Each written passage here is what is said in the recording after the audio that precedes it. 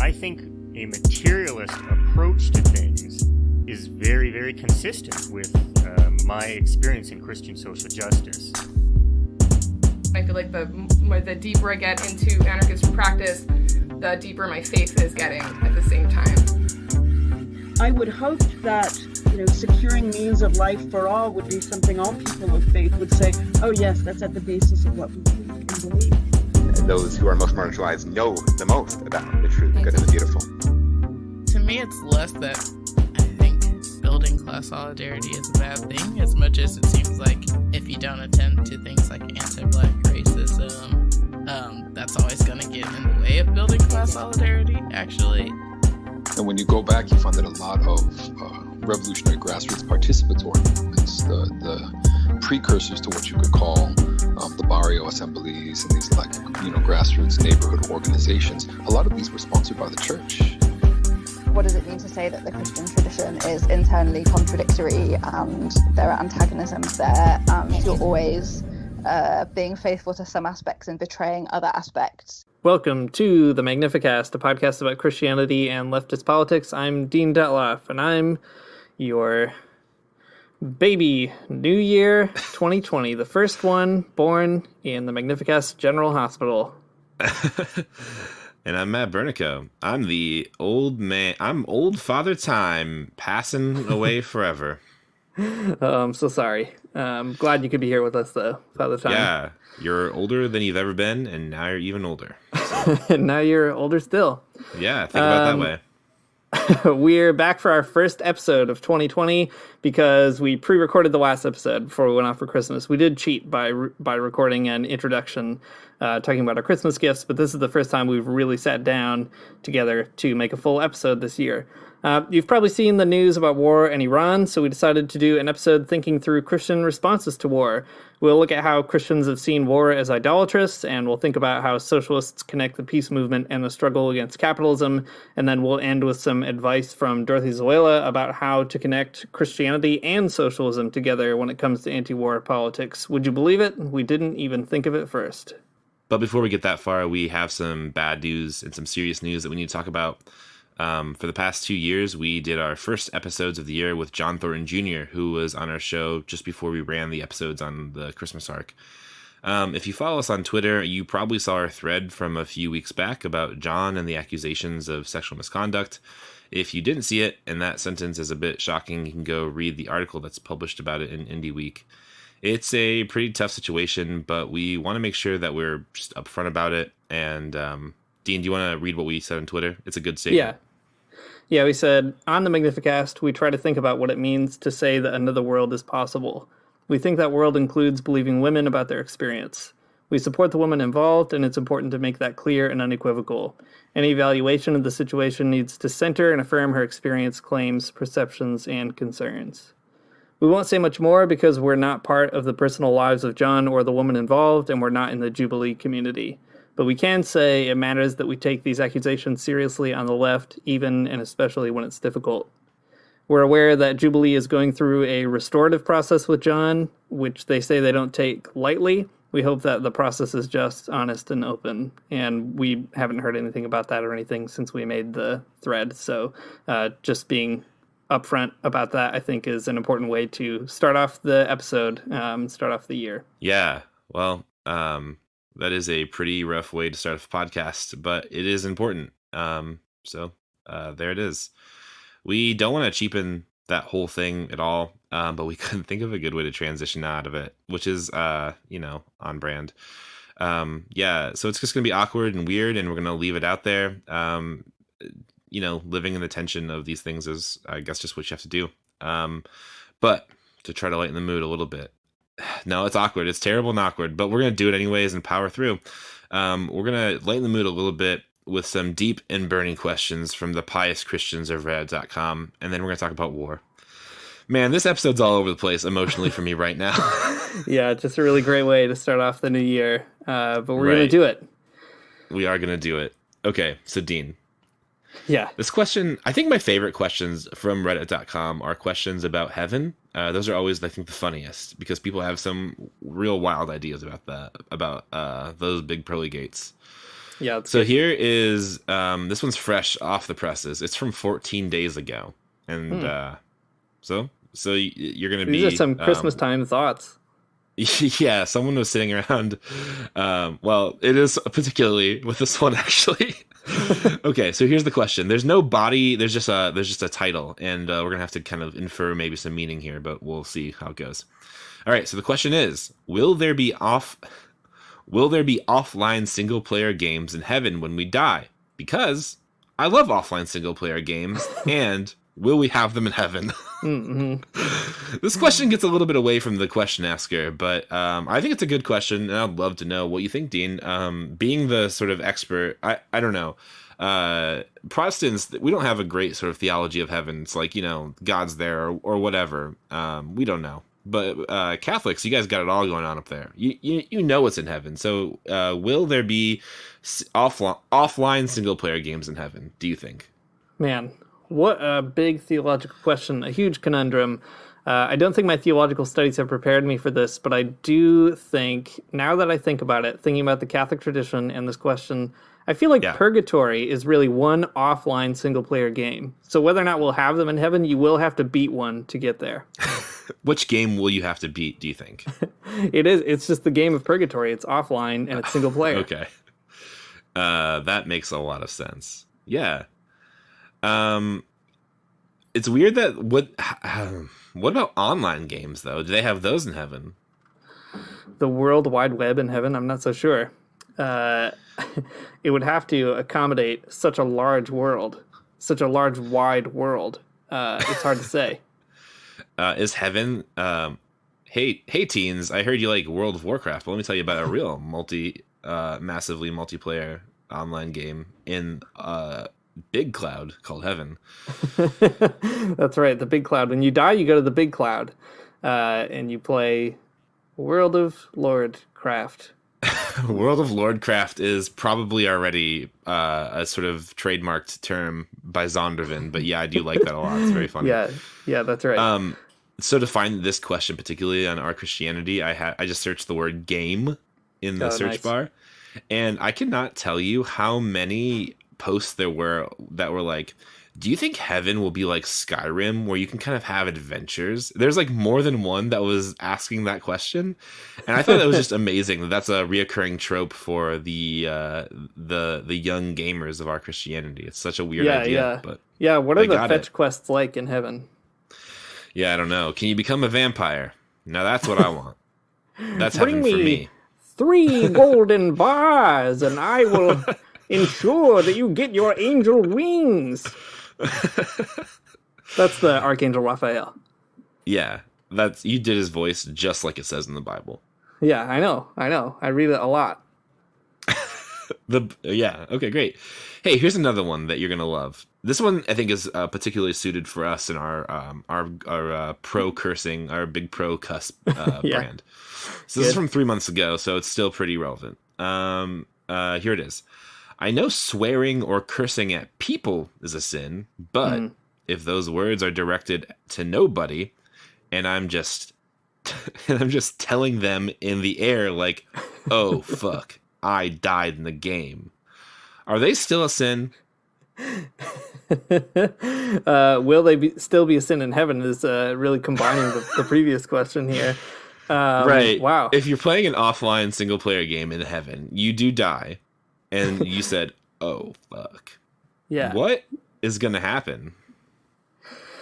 Oof. This is a tough one. If you're telling them in the air and there's nobody around to hear them, how long does a swear word hang in the air, such that someone might accidentally walk through it and it would turn into a sin if they heard it? Right. I mean, we are pro cussing on this podcast. I feel like cussing in private. I have no choice other than to affirm it. I can definitely imagine a lot of the apostles, for instance, swearing in private under their breath, wandering around, following Jesus around, not knowing where the heck they're going, and just letting out a little cuss here and there. And is that a sin? I don't think so. I think that's just part of what it means to be a human being. Yeah, probably. All right, we did it. We got those questions done. I'm just really wondering about these offline games in heaven, though. Oh, boy. I'm You're going gonna to have to wait and ask. see. Yeah, I started going to a new church, and I'm going to ask my pastor that. We're going to an Episcopal church, so he's not a pastor, he's a priest. But I'm going to ask him. That's going to be my introductory question to him. That's great. Right before what do you you think? take the Eucharist, you should ask that question. Yeah.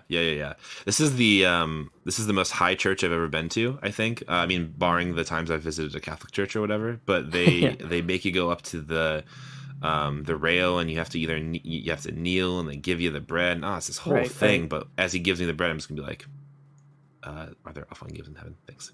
And then we'll see what he says. Yeah, that's good. There's so many ways you can play it. I mean, you can whisper it. You can ask the priest to come closer. You could make a small sign ahead of time, and just pull that out from behind your back. So it could be really subtle, And you could just get basically a nod yes or a shake of the head no. Right. And I'm sure that's kind of the traditional time to ask questions is yes during Eucharist. So I think I'll just go ahead and do it then. But in a tasteful way. Tasteful question asking during the Eucharist. You don't want to disrespect it. Yeah. Well, all jokes aside, though, the Episcopal Church is good. I'm into it right now, so it's cool.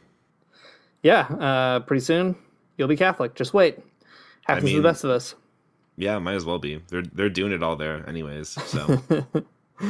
All right, well, continuing to lighten the mood, I guess we should talk about war. Again, an emotional roller coaster of a podcast here. This past week, though, you might have heard that the U.S. assassinated Qasem Soleimani. Super butchering the pronunciation of that name, I know, but he is an Iranian general in Iraq. He was in Iraq at the time when he was assassinated. In response, anti-war activists took to the streets and marched to show their opposition to further U.S. military aggression and a war with Iran, and that was both in the U.S. and elsewhere around the world. People around the globe don't want a war in Iran. Surprise. If you keep up with the news cycle, you'll know that the story has developed a lot since then. It's definitely probably going to develop in the next few days. Just today, before we did this podcast, there's been the U.S. is trying to pin a downed airplane on the Iranian government. So anyway, just the hits are going to keep coming. But rather than focusing on the specifics of the conflict, maybe we can do that later or something, we thought that we'd spend some time talking about how Christians have responded to war and how socialists might intervene in those responses. Because at the end of the day, the specifics don't matter. War is bad, plain and simple. How and why?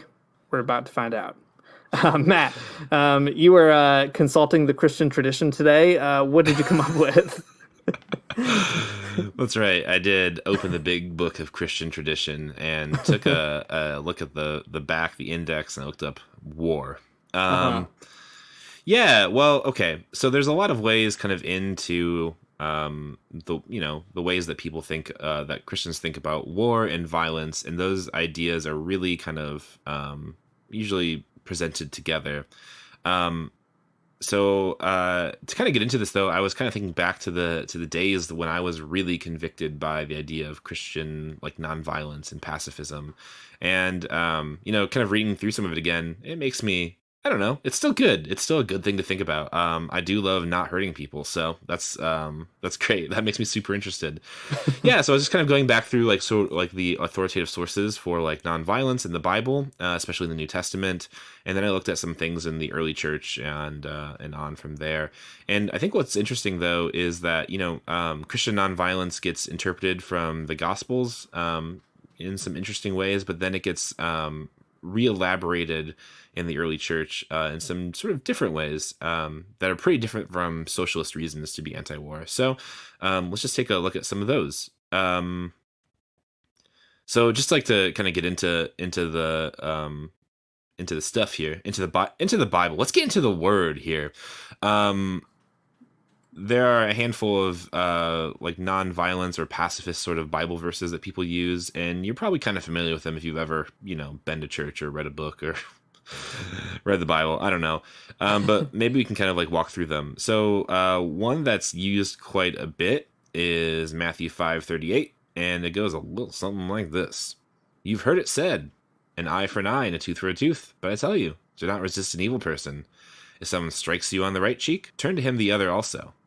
So this is the famous sort of turn the other cheek line from Jesus, and this is usually interpreted to support a type of pacifism that, if someone hurts you, suffer their violence and just, let them keep on violencing.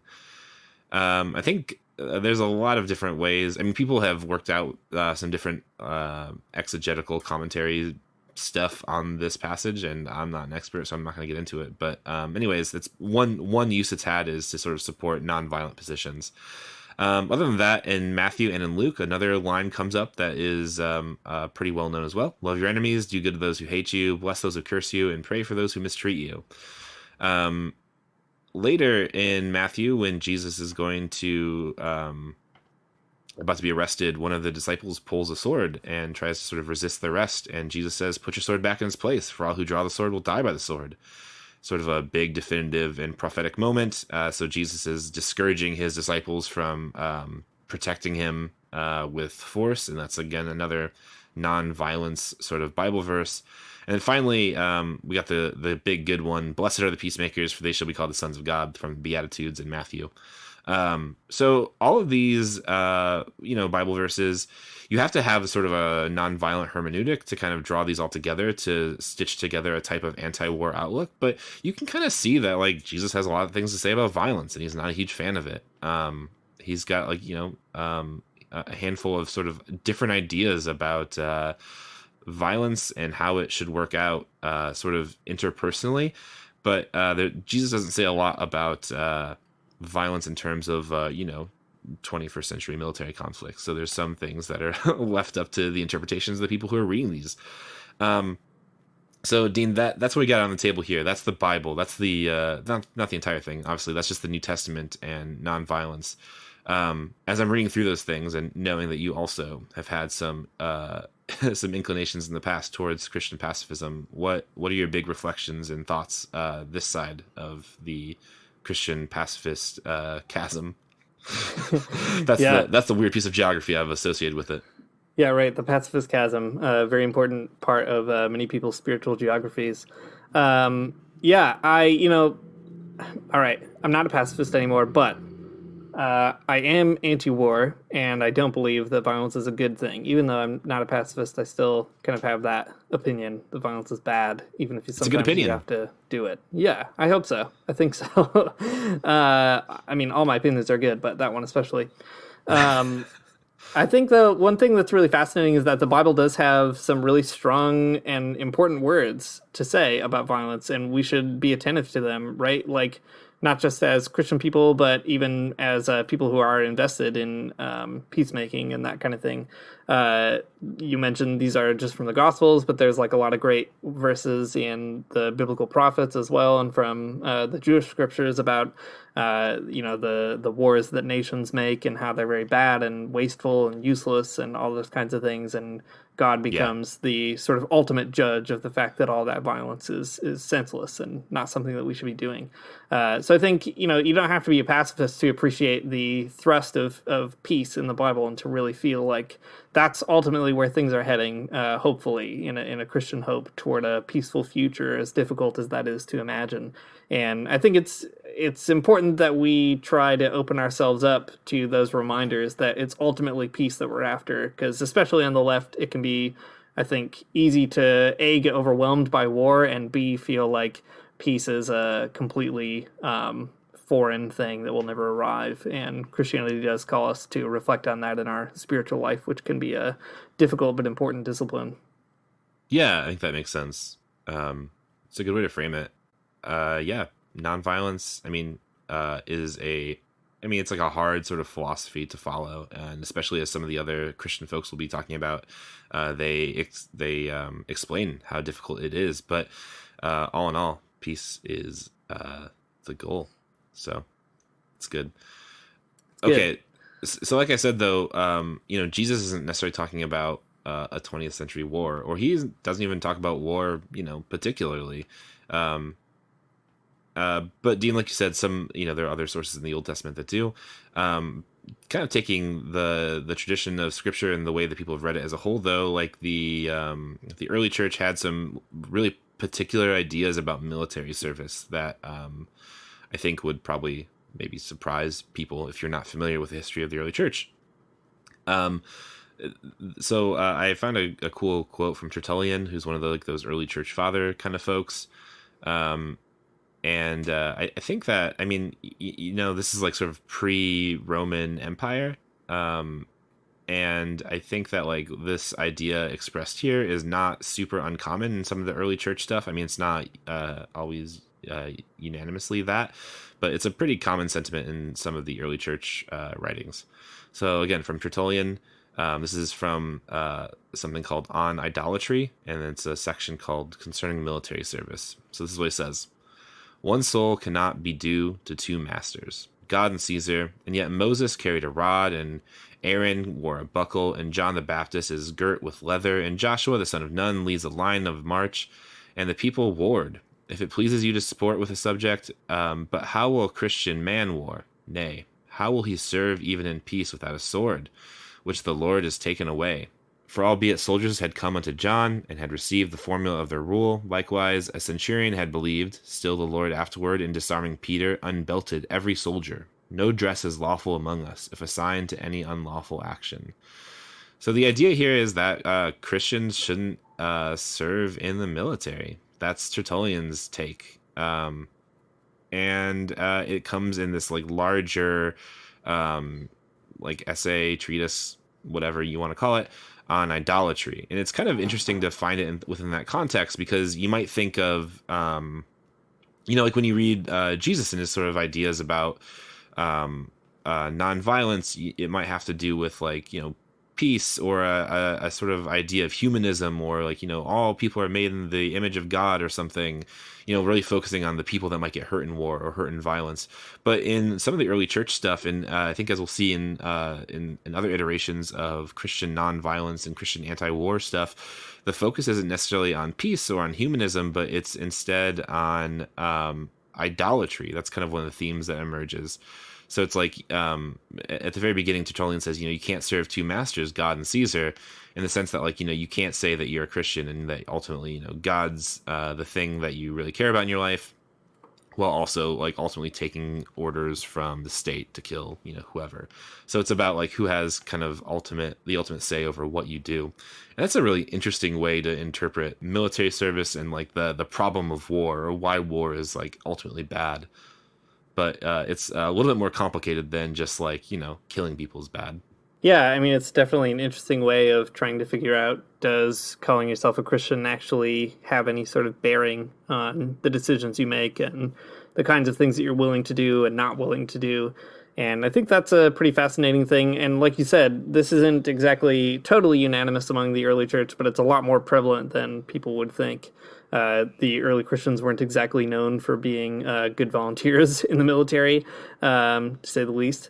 And it's something that Christian pacifists, if I learned anything from them, they're very good at finding these places in early church history where Christians do seem to have a pretty strong case against participating in the military, just like they have a strong case against being, a loyal subject of the Roman Empire that killed Jesus, for example.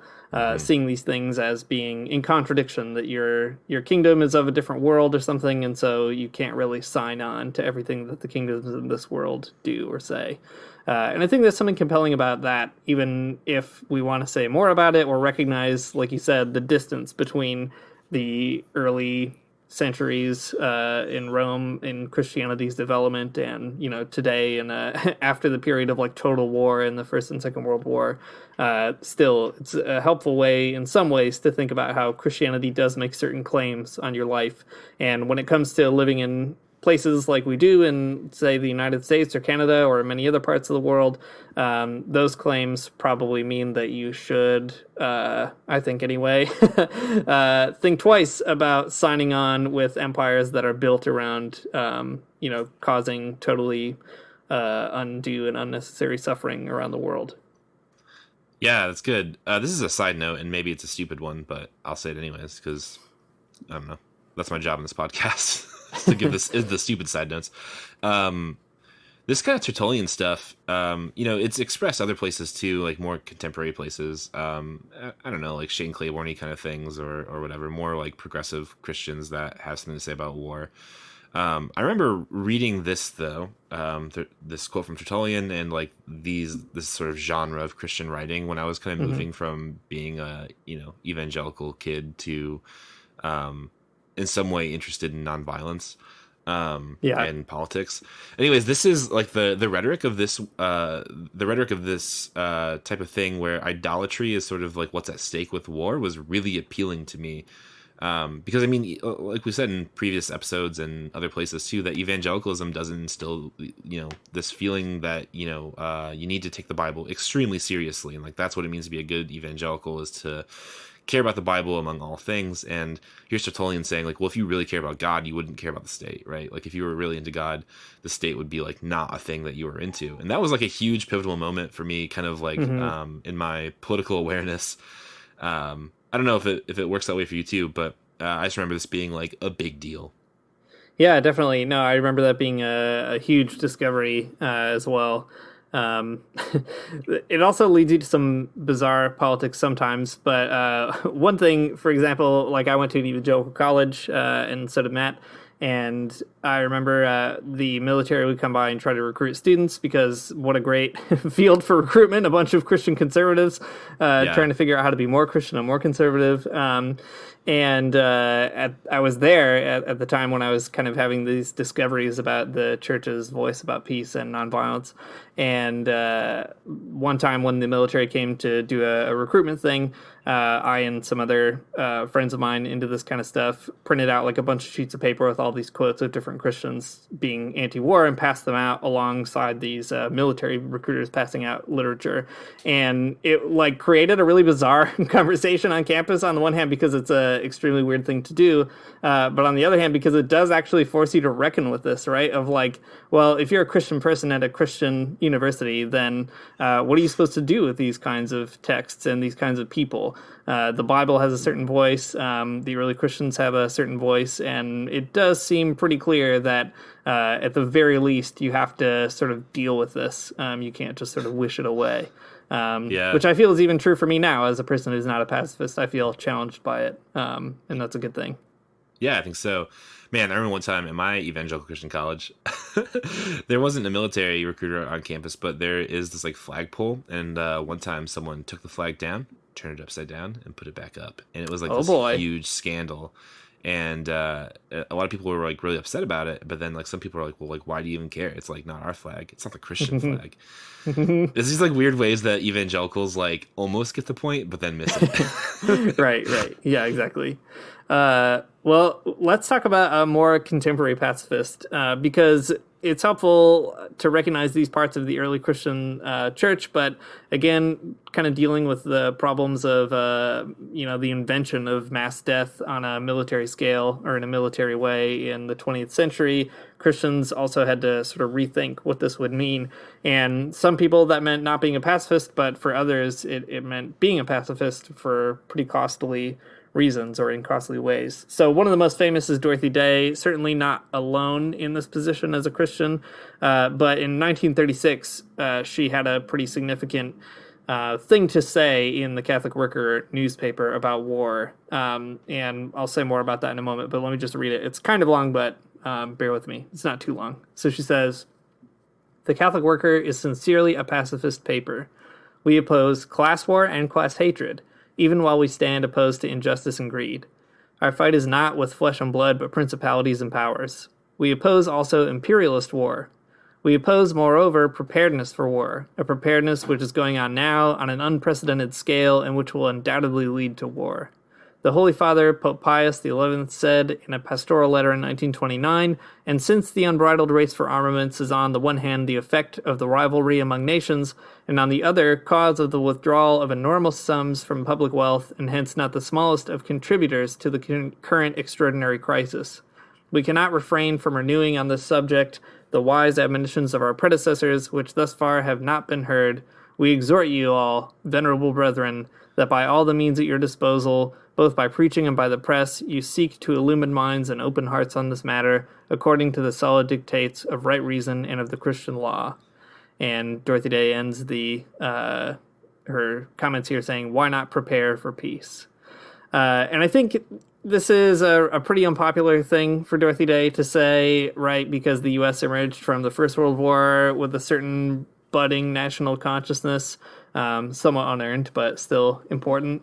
And it went into the Second World War with extremely mobilized national consciousness, and that was centered around the war effort. So for Dorothy Day and the Catholic Worker itself to come out against these kinds of things was a huge deal. And no doubt this is motivated by Catholic and Christian convictions, but Dorothy Day would also have been familiar with communists and socialists opposing the First World War, the left socialists and communists, that is. A lot of socialists, unfortunately, did not. But she would have been aware of that legacy, and also many of them who had opposed the Second World War in the beginning as well, although many of them later sort of backed off of that too. So anyway, all that to say, it's a really fascinating example of kind of updating these Christian commitments in a totally different or significantly different militarized society. I don't know, Matt, what else stands out to you in Dorothy Day's comments here? Right. Well, she's okay. So it's a type of pacifism that's not just like doing nothing or not engaging, right? It's not just like withdrawing from violence and then like sitting it out. She's interested in a type of pacifism that is like, active in resisting war, just the same. Later in another article from the Catholic Worker, one that we didn't include in the notes here, she goes on to say that you have to be willing to like really like put your body on the line for these things. Like, so it's not like she's just picking up pacifism as like a way out of conflict or something, but she's talking about pacifism in a real meaningful way. I guess I just want to make sure that's really known and that nobody gets the wrong idea about Dorothy Day. But yeah, I think it's like an interesting way of talking about it. You do get the feeling that she knows a little bit about communism and socialism because she talks about imperialism, and that's not going to be something that's from Christians, that's for sure. But yeah, I don't know. The thing that she says that's really most interesting to me is the thing about preparedness for war. So she says, we oppose moreover preparedness for war, a preparedness which is going on now on an unprecedented scale. I guess that stuck out to me tonight when I was going through these notes because on the way home from work today, I was listening to NPR, and man, NPR, it's wild. But they were talking about how the United States was on a war footing and how that was a huge problem because being on a war footing, they're talking actually about it. They're talking about war footing not in terms of Iran, but in terms of China.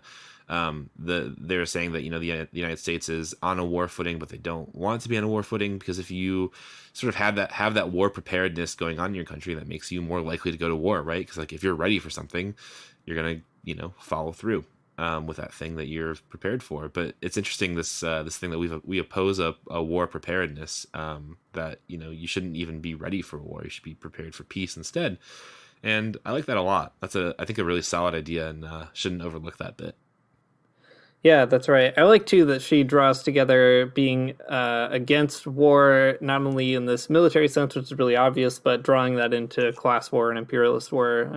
You just mentioned that, too. But the idea that pacifism would mean that you want to, end the class war, for instance, I think is really good. The one kind of hesitation I have is she says opposing class hatred, even while standing against injustice and greed. Right. I don't know.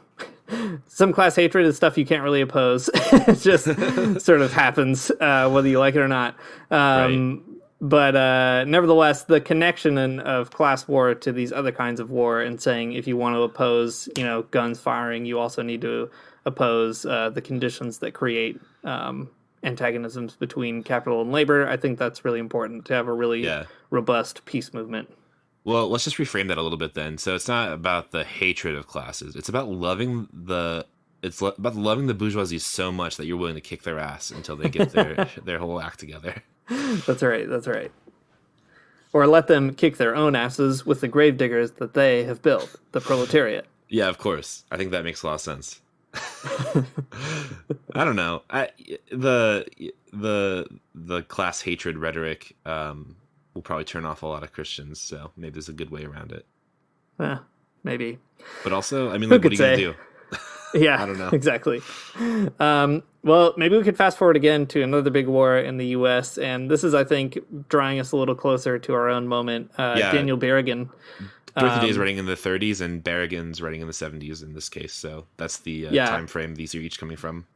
Yeah, so one dealing with the big mass total wars, and the other dealing with the new face of U.S. imperialism. Matt, you found these two quotes. Maybe you want to read the first one, and we can slowly dive in here. Yeah, for sure. These are from a book called The Nightmare of God, the Book of Revelation. Okay, so this is what Daniel Berrigan says. War is a last-ditch moral nightmare. People begin worshipping a mysterious slouching beast, following after, bowing down, ordering gifts, making much of zero, and worse, love of death. Idolatry, fear of life, that roughshod trek of war and war makers throughout the world, hand in hand with death. Long live death. That's Berrigan's thoughts about war. Man, Yikes. He's a good writer. What's up? What's up, Daniel Berrigan? Yeah, That's amazing. He's a poet. If you don't know who Daniel Berrigan is, maybe it's worth just mentioning. We've talked about him on the podcast before, but he was a Jesuit priest. He died not long ago. I don't know, maybe 4 or 5 years ago. Anyway, recently. And he was known for palling around with a bunch of other Catholics and anti-war activists who engaged in all kinds of very performative anti-war demonstrations. One of the most famous being his participation in a group called the Cantonsville Nine, which included his brother, another priest, and then a number of other Catholics who stole a bunch of Vietnam War draft documents and burned them with homemade napalm. And Berrigan fled the FBI for a while till he was caught. And so anyway, all that to say, he's got these very cool ways of writing about war, but he also did resist it in some very amazing ways as well that are significant. So it's not like he's just using flowery rhetoric. He really did put his body on the line for this stuff. Yeah, it's actually that is really important to the story. If you don't know that part, it does kind of, it could mean nothing, but that he has the credentials is good. Yeah, I think so. We can talk more about that quote that you read, but I want to bring in the other one too, because it helps us to round out some of the conversation here and maybe pulls us in some interesting directions. So in the same text, Berrigan writes, every nation state tends towards the imperial. That is the point. Through banks, armies, secret police propaganda, courts and jails, treaties, taxes, laws and orders, myths of civil obedience, assumptions of civic duty at the top, civic virtue at the top. Still, it should be said of the political left, we expect something better, and correctly. We put more trust in those who show a measure of compassion, who denounce the hideous social arrangements that make war inevitable and human desire omnipresent, which fosters corporate selfishness, panders to appetites and disorder, waste the earth.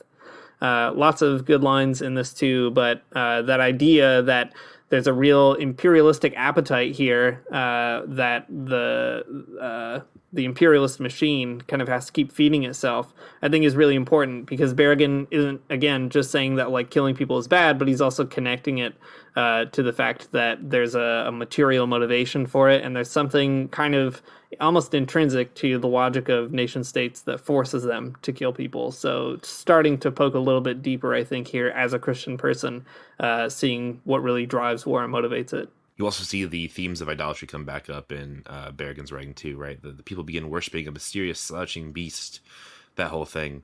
You get the feeling that, that's what's going on here, that there's the supreme sort of thing that people care about is patriotism, nationalism, winning a war, that whole sort of the mythos of the just war or something that overwhelms people.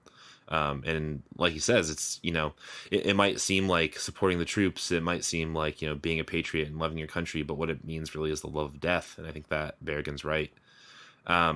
That first bit there that I read it really it made me think a lot about like what it was like when the Iraq War started, when I was like in high school or whatever. People were super patriotic and were really all about the war effort and really excited about it. Even I had friends who were like really into it, that like in high school, that were just really excited that it was happening, that they that this is like gonna get revenge for 9/11 or whatever like weird fantasy they had about it, but they were like excited about it. And framing it as not the love of your country or even seeking justice, but the love of death, I think is a really helpful turn that is convicting. Yeah, definitely. We do have to move on to the socialist interventions, but because we're with Berrigan here, I think it's important to just take a moment, especially as we're thinking about anti-war demonstrations and mobilization and that sort of thing, to think about the anti-war movement in the 60s and then the 70s. One thing that's so fascinating to me about it is that some people write off anti-war demonstrations as being kind of useless or performative or totally just for, photo ops and that kind of a thing. But the fact is, historically, it's actually those kinds of things, even the ones that are liberal or something like that. It's those kinds of places, especially the anti-war movement, where the left starts to really find its voice and build itself. Not magically or just kind of out of the mass automatically or something like that. But some of the most radical activists that came out of the anti-war movement then turned to socialist projects, especially in the 70s and 80s.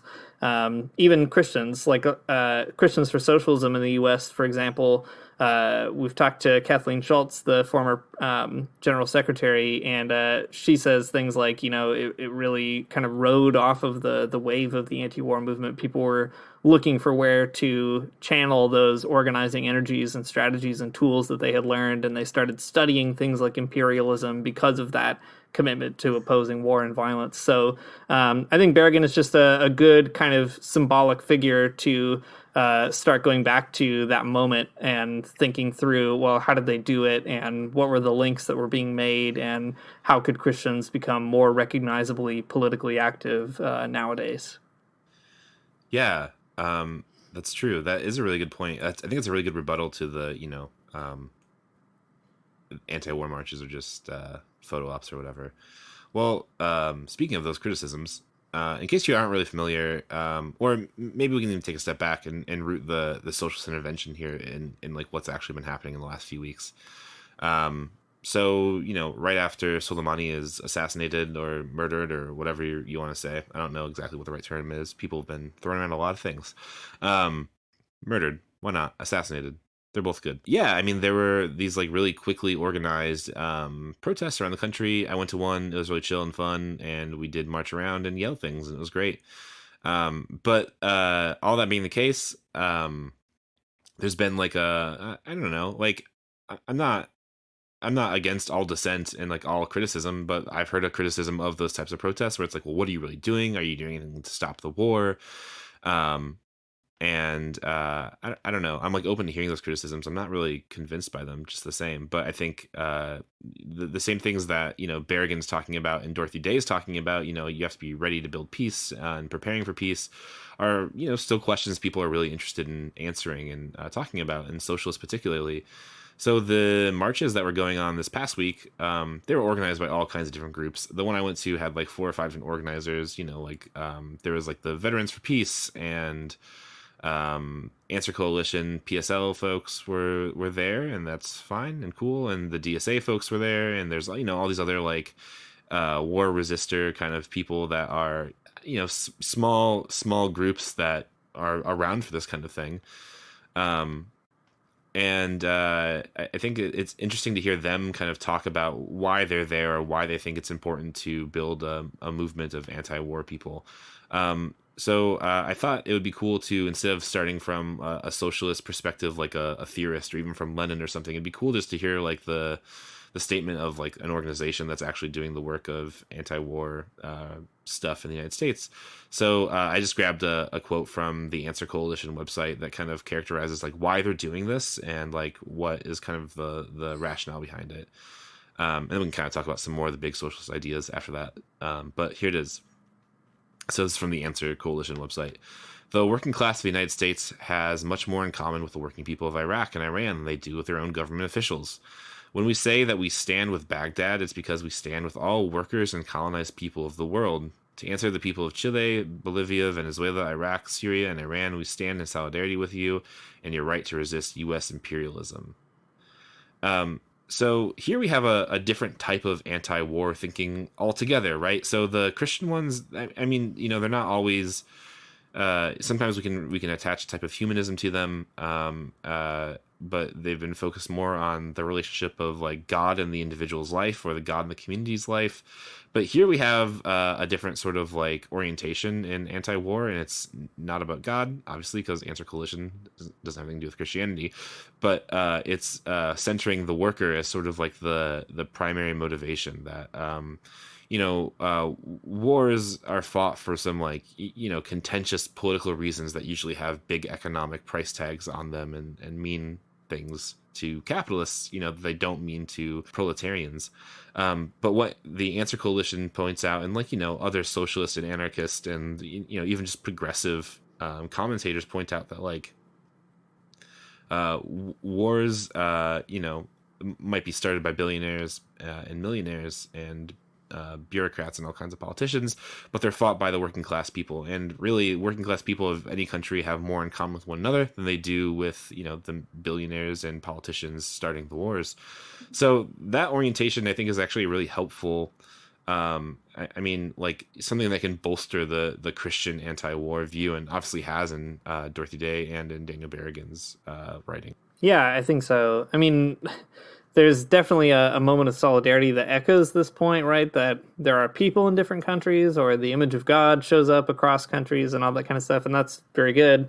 But this direct link to even your identity as a person who is involved in production, and other people around the world who are involved in production in different ways, I think is really helpful, because it also helps you think about, well, if we were going to rearrange society, we would have to think about how to build relationships between people who have a role in producing in our societies differently, which it's not that Christianity can't help you get to that point, but the answer to the idolatry of militarism can't simply be, and if we just, gave up these false gods, then everything would be fine. Right. Because that is not the case. It's a good argument for Christians, and a good argument that Christians should make with other Christians and that kind of thing.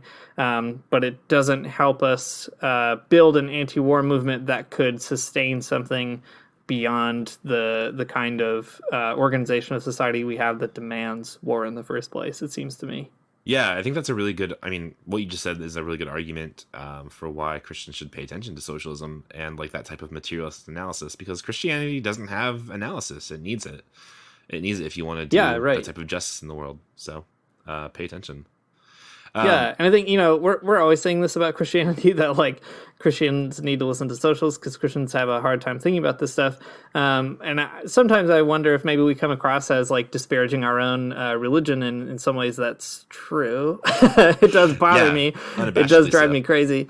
Yeah, but I do feel also like I'm not trying to disparage Christianity by saying Christians should listen to other people.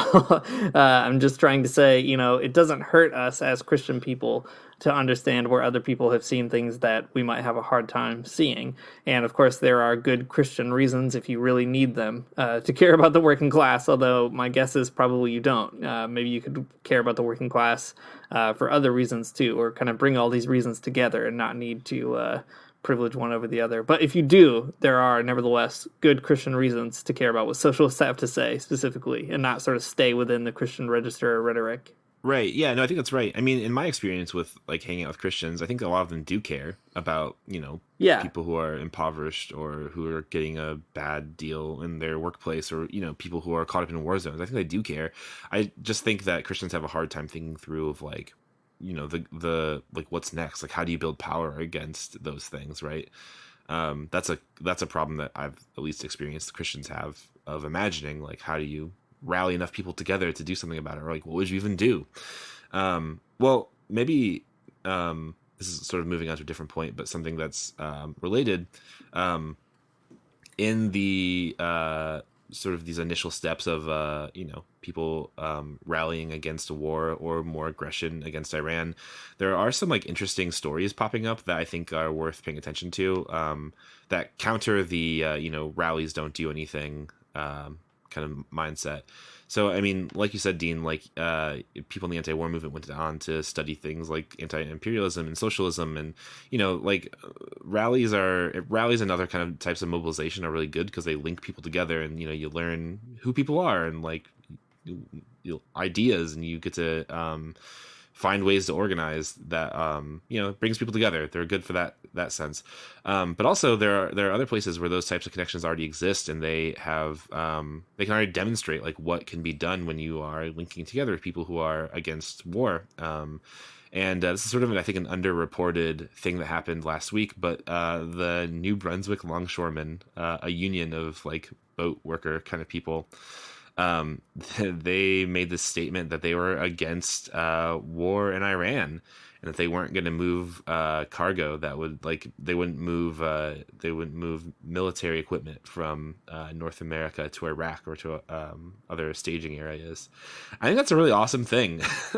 That's like a really good example of like what happens when you get just regular working people into situations where they can be exposed to anti-war ideas, or they can kind of connect exactly with what Answer Coalition is saying, that like the working class of the United States, or in this case New Brunswick, they have more in common with the working people of Iraq than they do with their own government officials. And when they kind of can feel that type of connection, they're gonna act accordingly and do a big cool anti-war thing. Yeah, I mean the longshoremen are always like historically the textbook union that you want to look at for doing extremely cool stuff. I mean, every union has its dark spots or whatever, but the longshoremen are great, especially in war efforts, because they do refuse to deliver these kinds of things. And the other thing is the economy around the globe does take a lot of shipping by boats still today to get anything done. And if nobody will move your stuff by boat, you have a big problem, whether you're a military power or simply an economic power. And the longshoremen understand that as a unique role that they play, and they do function as a sort of labor choke point in real life conflicts. I don't know. I really geek out about histories of the longshoremen because they're just extremely inspiring as a union. But what's great about this is it also helps us understand the role of labor as an element of power in society. It can feel so debilitating sometimes to see politicians trying to drum up wars and that kind of thing. Wars that we don't vote on, right? It's not like Donald Trump asked us all if we wanted to assassinate an Iranian general. He just did it. The thing is, our power doesn't come from voting in representatives. Power comes from where we actually already have power, which is in the place of production, right? If we stop doing that, then everything grinds to a halt. Walter Benjamin had that really famous quote that I still really love, where he says, revolution is best thought of as pulling a brake on a speeding train, getting everything to stop, to slow down. And the longshoremen here, this is like one extremely small but very important example of that. And I think if Christians get together with socialists, hopefully maybe they'll find more examples of that and maybe see where in their own life, you have a little more power than you might think if you can get together with other folks, other workers. The point of labor being a really good break to pull is it should really appeal to people who are interested in pacifism and nonviolence. I mean, Berrigan and Dorothy Day are like, you should put your body on the line, and that's true. That's something, that is, I don't want to do it, but no one wants to do it, but it's like an activist point, right? If you're really serious about pacifism, then you have to put your body on the line in this really vulnerable way. But, there are other ways of doing that too, like refusing labor or striking or getting, anything like within the labor movement is a really good choke point for nonviolence and pacifists and stuff, because you're not having to act violently, you're just stopping something from happening. So maybe that's a good sort of like Venn diagram moment of like overlapping interests or overlapping tactics or something. So something that shouldn't be overlooked, the importance of labor and anti-war movements. Yeah, well, that's a fantastic transition into Dorothy Zoela getting off-brand here at the end. So she is an amazing theologian, if you don't know who she is. She's a German theologian. She's passed away now, but she was a really significant part of the German theological scene, but also the U.S. scene. She taught at Union Seminary part-time and then in Germany part-time. And she really made a name for herself as a liberation theologian, trying to put together what it meant to be a Christian in a time of real social upheaval, but especially in the midst of the anti-war movement and in terms of the sort of height of international solidarity in the 60s, 70s, into the 80s. So I have a great little book here. If you ever find it, you should read it. It's called Of War and Love. It's a collection of essays and some really neat poems and just kind of, I don't know, sporadic writings about these two topics. And I want to just read a passage from one of these essays where she says this. What does it mean to cast a demon out? It means, first of all, to call it by name, to understand how its sphere of influence is constituted and what the principles are by which it operates. One of the weaknesses of traditional pacifism is, I think, that it is often unable to untangle the complex intertwinings of seemingly unrelated themes. The demon we are struggling with is not just bloodthirsty militarism or simply a need for security coupled with a disregard for human life. Militarism is an inevitable byproduct of the economic system in which we live. If the peace movement wants to go beyond mere moral admonition, it will have to offer a more comprehensive analysis than it does now, one that will show how the fates of, say, 3 human beings, like a Turkish worker in Berlin-Kreuzberg, a single mother in a Brazilian slum, and a bank president in Frankfurt, are interrelated in a global context. The conditions of these 3 persons' lives are affected, indeed dictated, by growing militarism. And I think that's just like a really impressive quote that pulls together a lot of things we were just saying, right? That if you really want to find a way of opposing war, you've got to find a way of connecting the dots with how war is integrated in a capitalist economy, especially that affects everybody around the world, right? It's not just the people of Iran or the people of the US that get pulled into a conflict like this. It's everyone on the production line, you know, all the way from mining minerals that end up getting used in military equipment, let's say, to people having to deal with the eventual fallout of the U.S. war machine bringing its guns down on them or something. So just an important reminder of how we need to pull those things together. Yeah, it's good. Can I read this last quote from Dorothy Zuela? Yeah. It's a really good one. They're all good ones. All right. Our first step is to convert others to become active agents for peace. We have time to join together and repoliticize ourselves in light of the most important issue of our time. To do this, we need to feel within ourselves the strength that will help us overcome powerlessness. Only together can we learn that faith. We need to attend the experience that older persons have of what an arms buildup has led to twice before in this century. We have to attend to the elemental fear the younger generation feels, the fear that our earth will be destroyed, to make our stand against death. We need every last person in our country. All things are possible, Jesus said.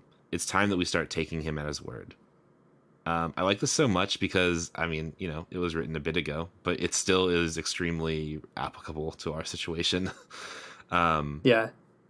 And especially the younger people, the younger generation that feels like the earth will be destroyed.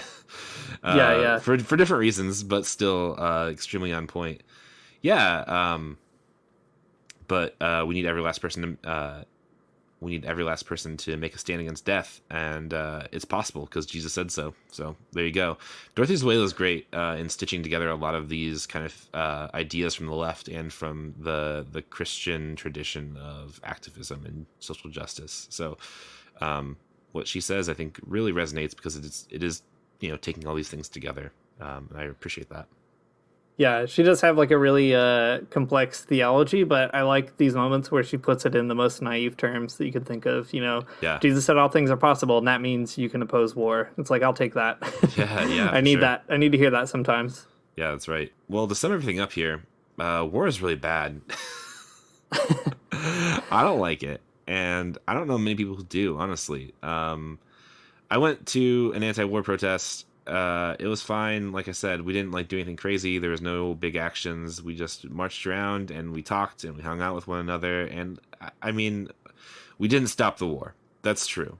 But I think it was really important. There are some people there who had never been to a protest before. And, you know, maybe they'd go to another one now and maybe they'll get more involved in organizing against it. I mean, who knows what will happen? But you do need every single person, like Dorothy Zuela says, and I don't think you're going to do that without some mobilizations that, you know, maybe aren't as militant as you'd like.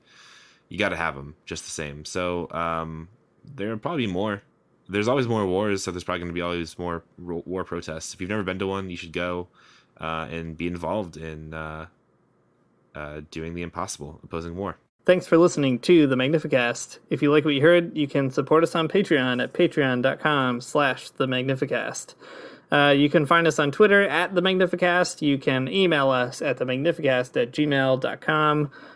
We've got a Facebook group called the Magnificast Basement.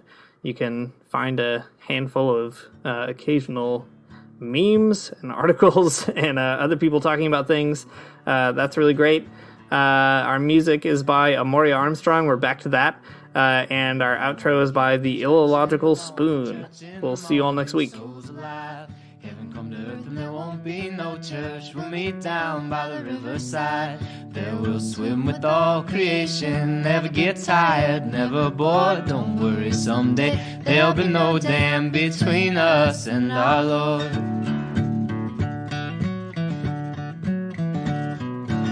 Jackson, keep your hoods up. Well, you keep your hoods up and you stay up late. In Jackson, you keep your hoods up. Well, you keep your hoods up and you stay up late.